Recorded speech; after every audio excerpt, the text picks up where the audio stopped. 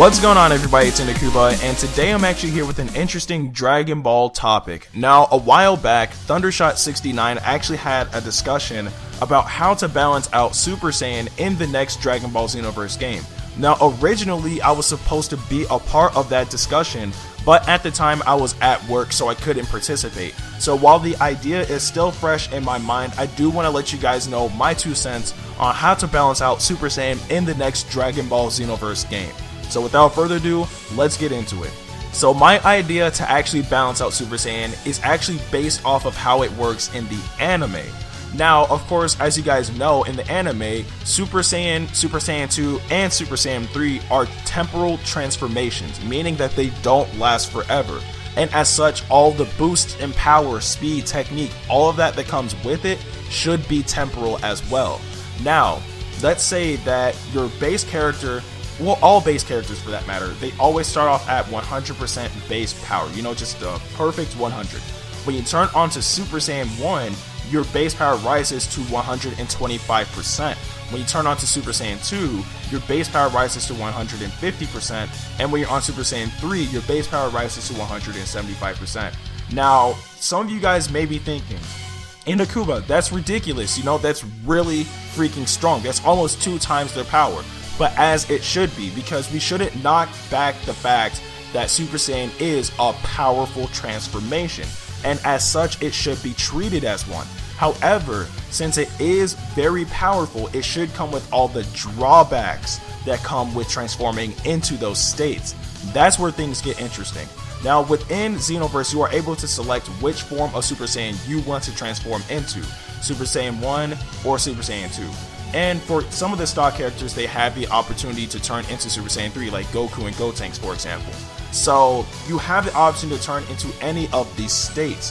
However, when you transform into them, whatever amount of ki that you have, it's going to drain. But depending on which form you're on will determine the speed of the drain. So if you're on Super Saiyan 1, it's going to drain at a normal rate. You know, you're a bit stronger, but it's going to drain normally. When you're on Super Saiyan 2, you're much stronger, but it's going to drain even faster. And of course, when you're on Super Saiyan 3, you're extremely strong, but it's going to drain freaking fast. I'm talking about fast. So it's more of a transformation that you need to utilize when you need to pull the clutch in a dire situation instead of just transforming into Super Saiyan and spamming everything. That's another thing, a perfect segue into my another point, or into my next point. That when you transform into Super Saiyan and you use a super attack or an ultimate attack, kind of like how it's always been in the older Budokai games, that let's say you have 10 bars of ki and you use Super Kamehameha, let's go with that, because in Dragon Ball Xenoverse that takes 3 bars of ki. By the time you're done with that attack, not only did you lose 3 bars of ki from the ultimate attack, but your ki continuously drained. It did not stop. By the time that attack is done, you probably have already lost 5 bars of ki. Let's say that you're on Super Saiyan 2 to be specific. Create a character, Super Saiyan 2. You have 10 bars of ki, you just use Super Kamehameha, you lost 3 bars of ki from the ultimate attack, and probably an extra 2 bars of ki from the continuous drain of the transformation. You are now at 5 bars of ki. Your strength has dropped from the power of a Super Saiyan 2 to the power of a Super Saiyan, because you are now from 150 base power to 125, if you guys see what I'm saying. So, one, that finally takes away the ability to spam, because naturally when you get off of that transformation, there's the drawback of recovery. And when you're on Super Saiyan 1, it's going to recover pretty fast. You know, it's a strong transformation, but it's not too strong. So it didn't take that much strain on the body. When you're on Super Saiyan 2, it's going to take a decent amount of time for you to recover. And of course, when you're on Super Saiyan 3, be prepared to wait for a while, because you're not recovering ki anytime soon.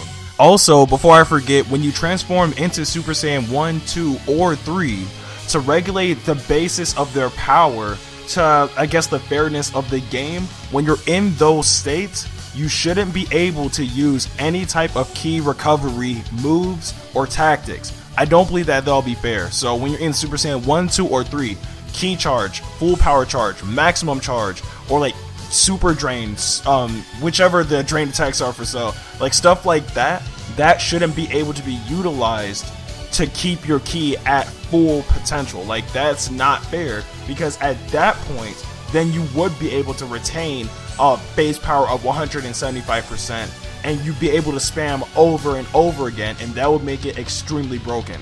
So in order to balance that out, when you're in the transform state, you can't use any type of ki recovery moves. It should be based off of that. That will prevent spamming, and it makes it more of a transformation that you need to pull the clutch with, you know? It's a decent way to balance it out. So like if you're on Super Saiyan 3, just be careful. Use it as a transformation that you can just rush in and fight the opponent with, knowing that you're much stronger than them, but expect the consequences in the end. So I think it's a decent way to balance it out. Let me know what you guys think in the comment section below.